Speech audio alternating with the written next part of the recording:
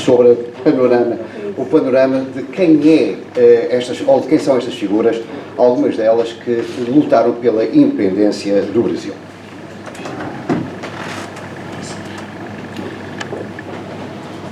O Dr. José Clemente Pereira vai nascer numa simples freguesia do concelho de Almeida, atualmente, ex-concelho de Castelmento. Nasce em 1787 e vai falecer no Rio de Janeiro, Niterói, em 1854. Foi um notável magistrado, militar e, efetivamente, um dos políticos do século XIX mais influentes na consolidação do Brasil imperial. A pergunta e a interrogação é: como é que um jovem que nasce numa simples aldeia, Beira Profunda, vai ser um dos mais proeminentes influenciadores do Brasil moderno? Nesta perspectiva, vamos apresentar momentos da sua dinâmica política, militar, diplomática, mas também realçamos o papel caritativo, centrando-se em factos da obra de um letrado que, nascido numa aldeia e simples aldeia da Beira, alta portuguesa, atingiu os mais elevados cargos no Brasil imperial. É notável, e teremos de pensar um pouco como é que estas figuras vão realçar um papel importante que no Reino de Portugal talvez não tivessem tido a oportunidade de ascender às mais elevadas posições, que, como já referenciamos, notáveis, e que no Brasil vão efetivamente estas figuras relevar-se para a independência do Brasil moderno. Uma perspectiva fotográfica de princípios do século XX, da localidade onde José Clemente Pereira, o Dr. José Clemente, vai nascer, Ade, uma casa pequeníssima, como podemos aqui observar, não tem sobrado, são simplesmente de resto do chão, mas como é que estas figuras se vão evidenciar numa ruralidade e depois a mudança, todo este papel, mas do qual José Clemente Pereira, ao longo da sua vida, vai apoiar estas famílias empobrecidas, portuguesas, vai levar elementos sobrinhos para o Brasil e que continuaram por lá. Infelizmente não teve descendência direta, mas que não deixa estar-se permanentemente ligado ao ideal da sua aldeia. Faz lembrar, mais tarde, os Torna-Viagem, que voltaram, muitas vezes, para reviver a sua infância. Curiosamente, do lado materno, tinha um tio religioso, que foi cônego da Sé da Guarda e chamou, com a idade de 7 anos, para estudar nesta cidade. Podemos imaginar que a sua vocação, provavelmente orientação para seguir a carreira de seu tio, mas que felizmente tal não aconteceu. A cidade da Guarda, com os 5 Fs, fria, forte, robusta, mas muito fechada entre si, coisa que se prolongou praticamente até meados do século XX, poderemos imaginar o que era em finais, ou na transição do século XVIII para o século XIX, profundamente religiosa, que o marcou profundamente também, e a temática assistencial, que foi o grande epicentro da sua vida, já até à morte. Estudou, foi formado em Coimbra, estudou Direito, e aqui tem um papel importantíssimo, porque é precisamente nesta circunstância que vai conhecer estes brasileiros que vêm para Portugal estudar na universidade, quando se dá a guerra em 1810, que vai se alistar no exército anglo-luso, vai lutar contra os franceses, combatendo como tenente, e agora é o ponto de viragem, sob as ordens de José Bonifácio de Andrada, com quem manteve amizade toda a vida e foi companheiro político.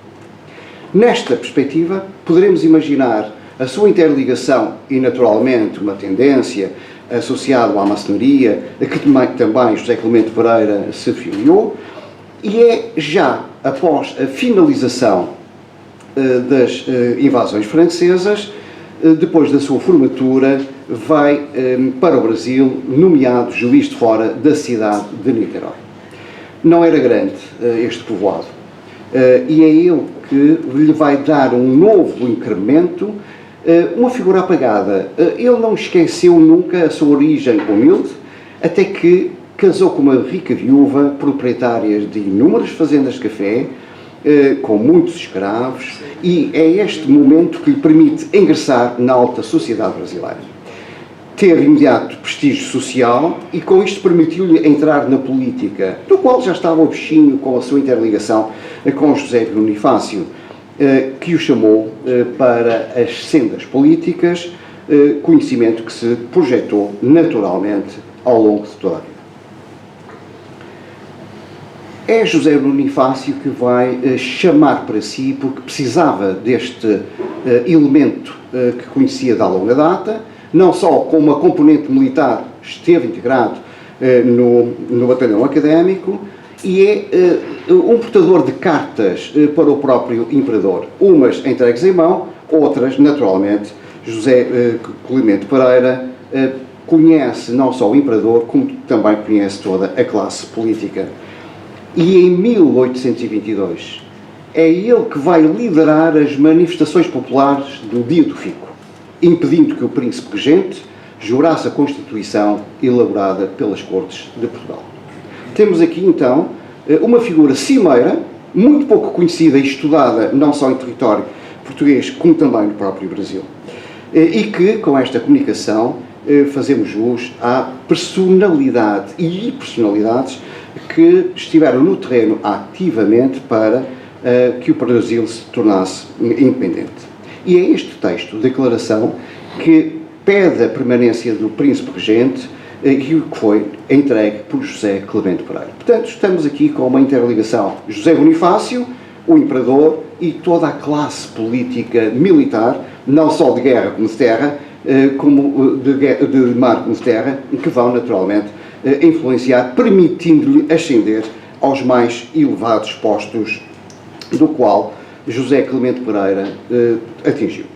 Aqui vemos uma figuração de José Bonifácio e não podemos deixar de interligar a presença de José Clemente Pereira, aqui uma figura ainda relativamente novo, tinha de alcunha, devido à sua pequena estatura, como João Pequeno, José Pequeno, e dentro desta perspectiva veja-se que imediatamente a proclamação da independência vai exercer diversas funções políticas, como deputado-geral, depois irei referenciar os anos em que foi deputado, ministro dos Negócios Estrangeiros, ministro da Justiça, devido à sua formação, ministro da Guerra, pela sua interligação ao batalhão académico, ao período em que esteve sob o comando de Bonifácio, ministro da Fazenda e conselheiro de Estado. Por todas estas figurações, este humilde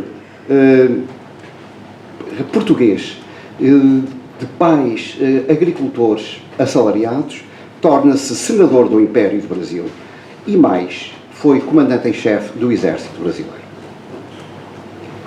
Como ministro do Império, teve diversas atividades e referendou algumas das primeiras leis da organização política do Brasil, nomeadamente a lei que instituiu o Supremo Tribunal de Justiça. Como deputado geral está entre 1826 a 29, novamente entre 1830 a 33 e até 41, e de senador de 42 a 51. Ou seja, estamos perante uma das figuras notáveis que não pode deixar de ser referenciado como fazendo lembrar estes portugueses que, de origem humilde, vão desenvolver e trabalhar para a independência. Vemos aqui uma figuração, ele está muitas vezes retratado através de um modelo que depois se replica entre outras funções, mudando muitas vezes as condecorações. No entanto, deixa a sua atividade política ativa, como já foi transcrito, e em 1838 foi eleito provedor da Santa Casa da Misericórdia de Niterói, cargo que ocupou até ao seu falecimento em 1854. É por este motivo, devido à sua forma caritativa e piedosa, que iremos depois referenciar, que a viúva Ele nunca quis nenhum título aristocrático, mas a viúva foi titulada como Condessa da Piedade, em alusão ao seu viúvo marido. Aqui vemos uma referência de José Clemente Pereira como provedor da Santa Casa de Niterói, e faz-se representar não pela vara, não pelas condecorações, mas efetivamente pelo importante trabalho que teve, que foi na criação e fundação do importantíssimo hospital que ainda hoje existe. Ali o vemos, um pormenor do hospital numa litografia do século XIX, em pleno, um grandioso edifício que é o primeiro e modelo para os hospitais brasileiros. José Clemente Pereira mudou em Niterói o Campo Santo, o cemitério, para fora do hospital. E vai reformular e estruturar internamente o seu hospital, nomeadamente que estava anteriormente edificado com mínimas condições de higienização e era uma amálgama de enfermarias, nomeadamente sem distinção para sexos e também para idades. Nesta perspectiva, teve o arrojo de pedir e solicitar aos engenheiros da Academia Imperial de Medicina para criar um corpo e como é que deveriam ser feitos este hospital, que em princípio iria, como aconteceu, não só para os hospitais militares como para os civis, ser o modelo dos hospitais no Brasil. Aqui vemos o Hospital da Santa Casa da Misericórdia, no Rio de Janeiro, e nesta perspectiva, enquanto começava a construção do novo hospital, o antigo era reformado. Uma das primeiras medidas foi a criação de enfermarias separadas para as doenças contagiosas. Teve importância os hospitais militares que já existiam e dentro da história das Santas Casas no Brasil foi quem mudou drasticamente a administração dos provedores e sobre a sua orientação como deveriam ser feitos os hospitais no Brasil. Teve também outra preocupação com os meninos expostos e enjeitados. Faço aqui um apontamento exposto muitas vezes acompanhado por bilhetes e por enxovais que procuravam mais tarde serem reatados pelos seus depositantes. Enjeitado é simplesmente abandonado. E ele teve a preocupação, quer para uns, quer para outros, e vai criar uma administração interna, nomeadamente as crianças que já vinham enfermadas, separadas dos sadios, e é-lhes criado uma dieta alimentar artificial para estes já enfermados e para os sadios. Foi notável a sua visão. E mais tarde, a Casa da Roda, que se encontrava junto ao hospital, teve uma casa própria no Largo da Misericórdia de Niterói.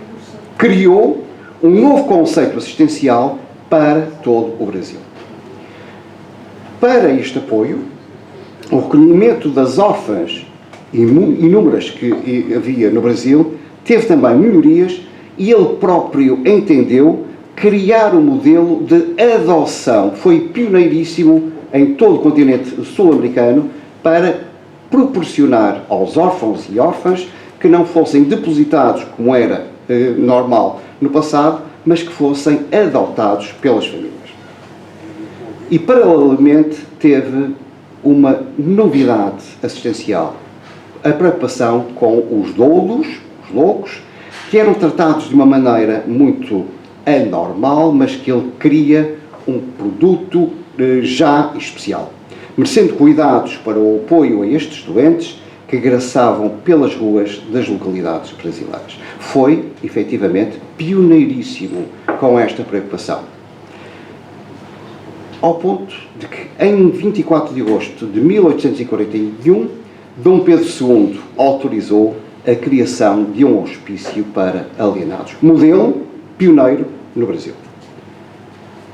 Mas o próprio imperador contribuiu com parte da verba para a construção deste hospital e permitiu, entusiasmou que a população desse o seu contributo de forma a interligá-los não só as elites, como também a própria população.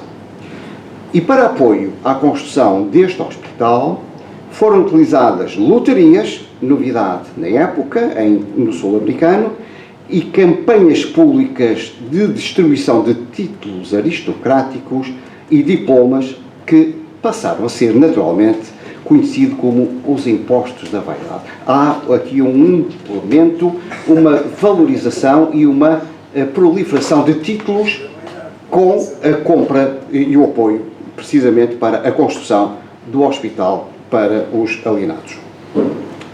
E durante 10 anos que passaram entre o Decreto Imperial de 1841 e a inauguração do hospital em 1851, além do majestoso prédio construído na Praia Vermelha, a Santa Casa reconstruiu-se com novos edifícios, novos hospitais, criando um parque de saúde, como, nomeadamente, a preocupação que teve com a tuberculose. E foi esta medida pioneira de José Clemente, tão eficaz e engenhosa, que foi adotada por todos os provedores das províncias do Brasil, replicadas naturalmente para o restante continente sul-americano. A construção dos palácios de Doudos permitiu a remodelação das Santas Casas, mas também teve aqui uma preocupação económica, que era a sustentabilidade, sustentar estes próprios espaços, e dentro desta temática constituiu a primeira rede assistencial de preocupação a estes nossos irmãos. José Clemente Pereira manteve-se na administração do hospício, dentro da Provedoria da Santa Casa, e teve também a preocupação de chamar elementos de ordens, não só femininas como também masculinos, tal como acontecia em Portugal, nomeadamente com os irmãos hospitaleiros de São João de Deus, que tinham à sua salvaguarda os hospitais militares. Recebeu inúmeras condecorações, destaco as que do desembargador e também dignatário da Imperial Ordem do Cruzeiro e da Imperial Ordem da Rosa. E é aqui que, nas litografias que iremos ver a seguir, ele faz-se representar com as duas condecorações, em idades diferentes, mas que não deixa de ser interessante valorizar-se que recebeu as mais altas condecorações brasileiras. Escreveu, foi autor de diversas obras, não só da ordem jurídica, como também a nível da sua visão, o que era o Brasil, o que deveria ser o Brasil moderno, e foi ainda presidente do Tribunal do Comércio.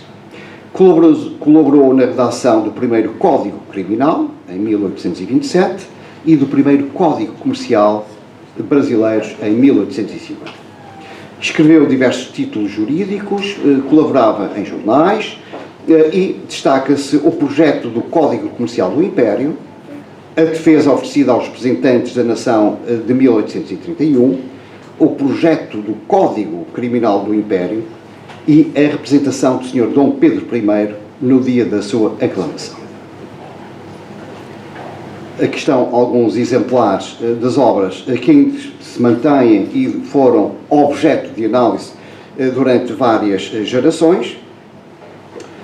E não é por acaso que José Clemente Pereira tem um conjunto infindável de topónimos por todo o Brasil.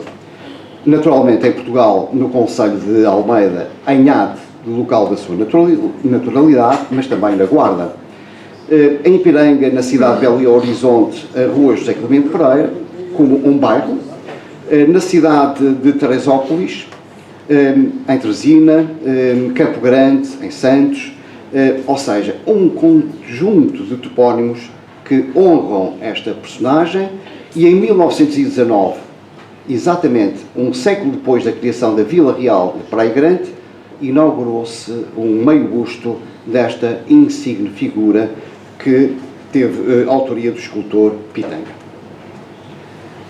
Como estabelecimentos de ensino, valorizando o seu papel caritativo, assistencial, porque José Clemente Pereira entendia que a educação era fundamental, e mesmo nas casas de roda, nos orfanatos e nos hospitais, criou escolas para que quem tivesse, ao menos aprendesse a ler e a escrever, recebeu a escola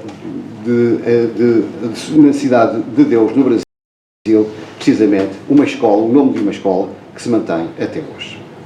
Finalizando, podemos entender que uma simples figura rural, nascido num concelho pobríssimo, é, sem dúvida, uma das insignes figuras do Brasil e que hoje aqui, através da Sociedade Histórica da Independência de Portugal, procuramos homenagear. Muito obrigado.